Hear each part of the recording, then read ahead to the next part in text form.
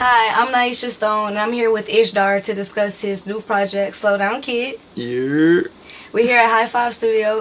Shout out to Ryan Rossman. He's the owner of this fine studio. Hi-Fi Studio, they use their studio as a platform for the community. So they see the music scene evolving, and they want to be a part of impacting that.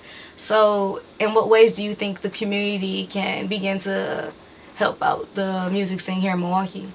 I feel like the community, first of all, just going to start with the overall support for number one, foundations. You know, just supporting the music, supporting the kids or the artists, period, who want to do music from, you know, the earliest you can. Of course, it's music. Everybody is not going to like everything.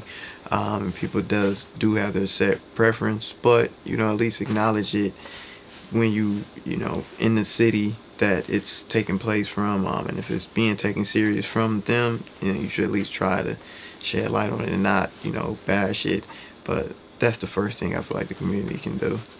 And staying on the topic of support, your fans or even people who've never heard your music, how is this project different from anything you've released before?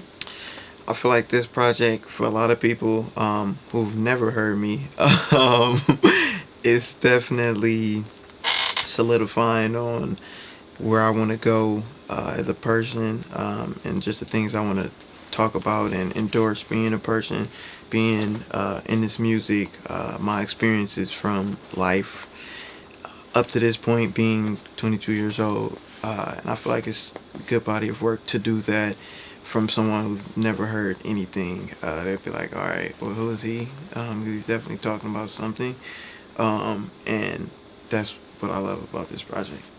Was there a specific mood that you were in when making the album? I mean, sorry, not the album, the project. The project, the mood was definitely, like I said, it was happy some days. You know, the other days it was, you know, maybe more thought-provoked. When I say that, it's just more in-depth. I kind of took my time with, you know, if I wasn't feeling something, all right, I'm not feeling it. But then if I was, it was just time to engage on that and go crazy. And, you know, the days I was sad, I still used that to go crazy. Like, yo, I'm going to use this to show, hopefully, just showing the music, something good can be created from it. And it did that most of the times. Cool. Did you have any difficulties when it came to making the project, like writing the song, picking a beat, and how were you able to, you know, get past that? Absolutely. So I had some difficulties the whole process, from writing it to choosing which songs, which beats and everything. And with that, I just really let time do this thing, run its course, not really rushing the process, and that's why for me this process, the whole project in total took 2 years in the making. This is like, yeah, 2 years worth of working experiences, and that really being the main reason, because I didn't want to, you know, just really rush anything.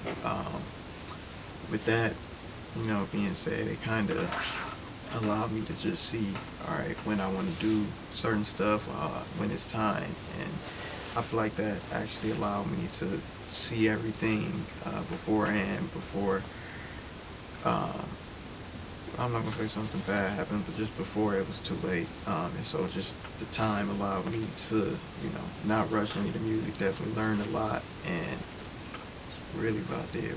So what advice would you give to some Milwaukee artists who are definitely looking up to you? You get a lot of love in the city, so what advice would you give them? So some advice I would give to anybody here in the city doing what I'm doing, aspirations to do it, is to just not stop.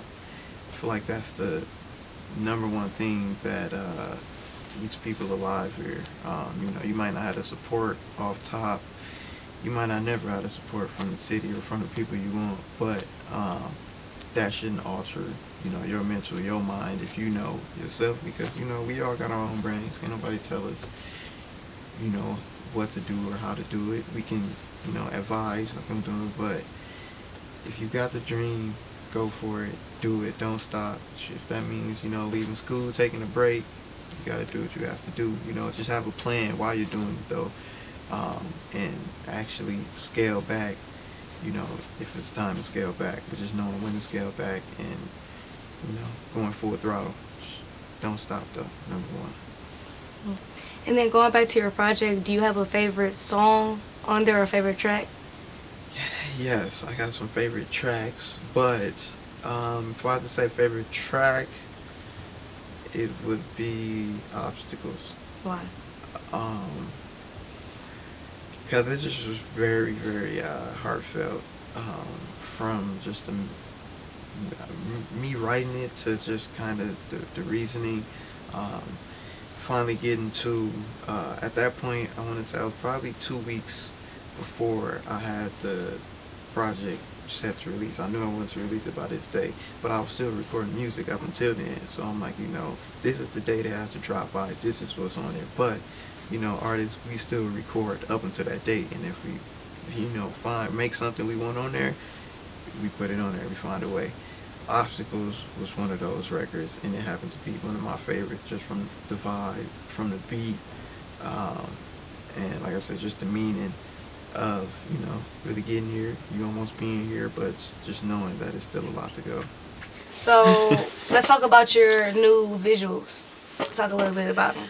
So the new visuals, Never Ask, first of all, and Slow Down Kid.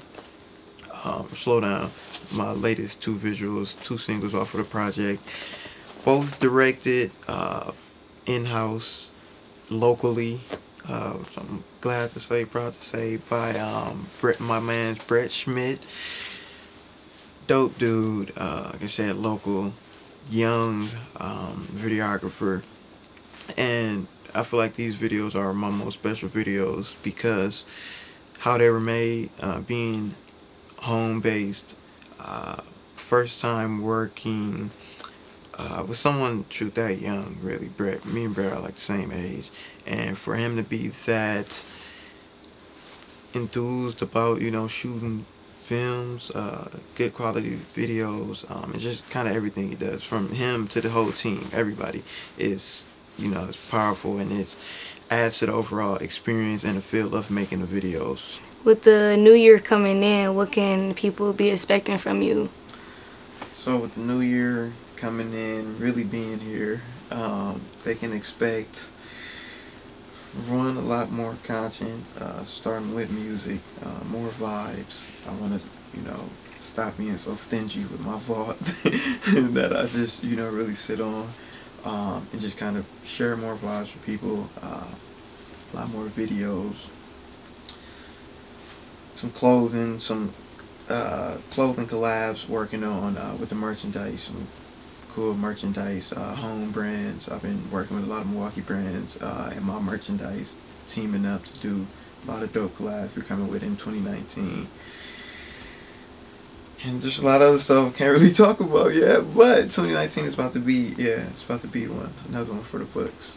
Well, I guess since it already happened, looking back on 2018 this year, what have you learned, or what was something that impacted you, or, you know, that you haven't forgotten, or one of maybe your favorite moments? My favorite moment of 2018,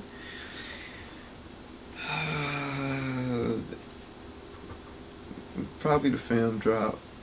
That was my favorite, like, actually seeing it, being in Toronto at the film festival when it premiered. That was my favorite moment of 2018, because I was still like, dog, I don't know how I got here. Well, I know how I got there, but it was just like, dog, this is crazy. So that was my favorite moment of 2018 in total.